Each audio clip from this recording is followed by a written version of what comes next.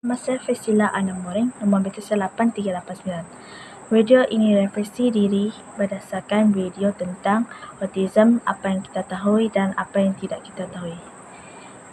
Di dalam video tersebut, isu yang utama ialah autism dan menjelaskan bahawa ramai ibu bapa tanya-tanya mengapa anak mereka mendapat autism. Malah, ramai masyarakat juga masih tidak tahu apa autism dan apakah punca-puncanya.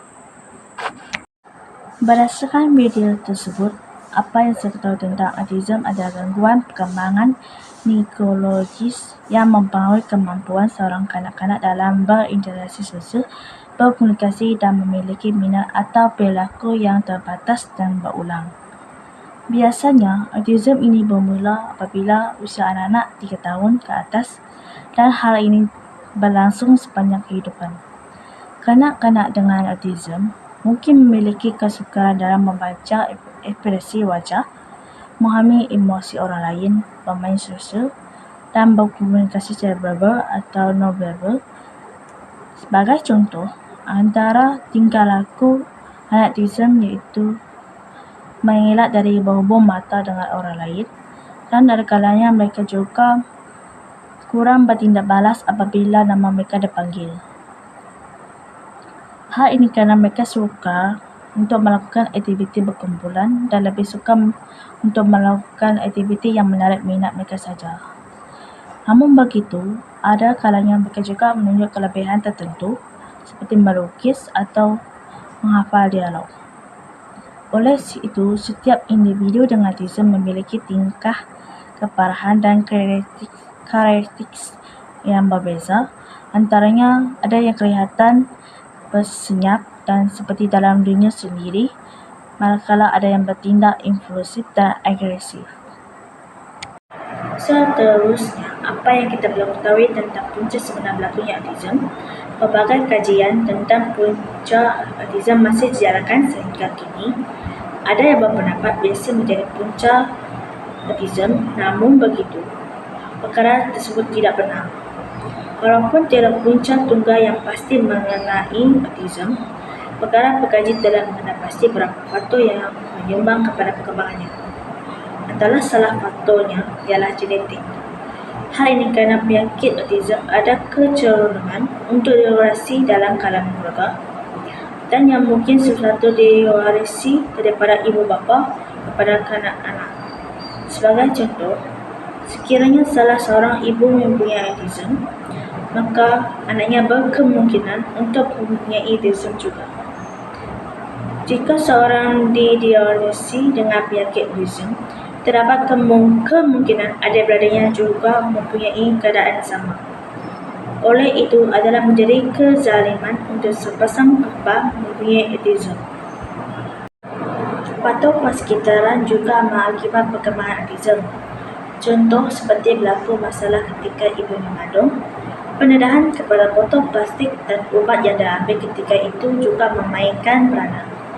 Sebagai contoh, jangkitan virus, pendedahan terhadap bahan pencemaran udara atau ubat yang diperksikan seperti thalidomide dan boric acid boleh meningkatkan risiko dalam kalangan kanak-kanak. Bukan itu saja, terdapat beberapa bukti yang menunjukkan bahawa kedua-dua usia ibu dan bapa yang lanjut mungkin dikaitkan dengan risiko autism yang lebih tinggi. Contohnya, wanita hamil dengan usia 35 tahun ke atas dapat meningkatkan autism pada anaknya.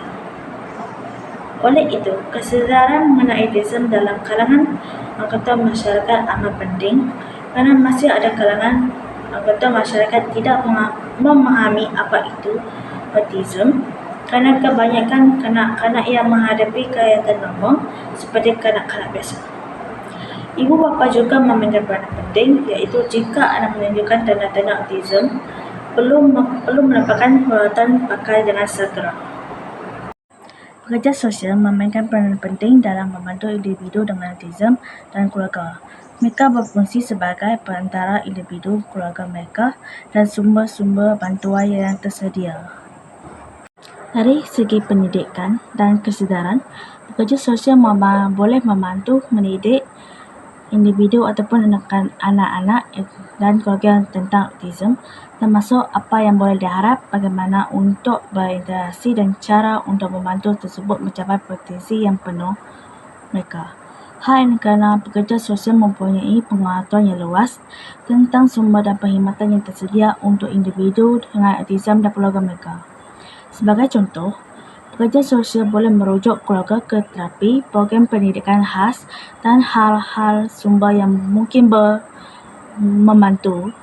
Pekerja sosial juga boleh menyumbang untuk meningkatkan kesedaran tentang autism dalam komuniti dan tetapan profesional yang lain.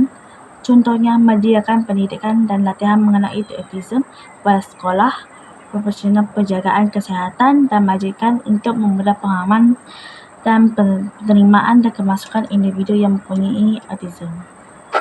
Dari segi kaunseling dan sokongan emosi, pekerja sosial boleh memberi kaunseling dan sokongan emosi kepada kedua-dua individu yang mempunyai autism dan keluarga mereka.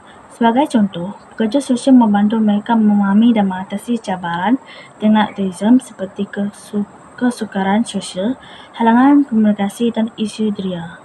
Pekerja sosial juga menawarkan strategi mengatasi, membantu dalam membina kemahiran sosial dan membantu keluarga membangun rangkaian sokongan. Segi advokasi, pekerja sosial boleh menjadi peluang bela yang berkesan untuk individu autism, memastikan suara mereka didengari, hak mereka dilindungi dan keperluan mereka dipenuhi pelbagai tetap. Contohnya, pekerja sosial boleh menyokong program pendidikan yang sesuai, perkhidmatan penjagaan kesihatan yang boleh diakses dan integrasi komuniti untuk anak-anak autism.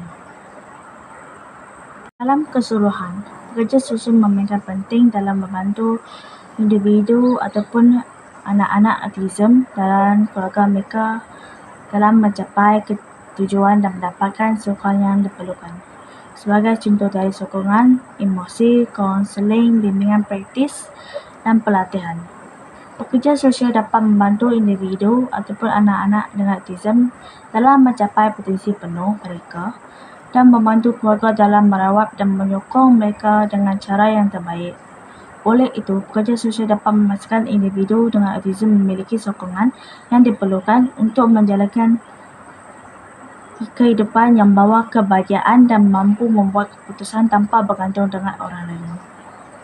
Setakat itu saja refleksi diri saya mengenai autism, apa yang kita tahu dan apa yang kita belum tahu. Sekian, terima kasih.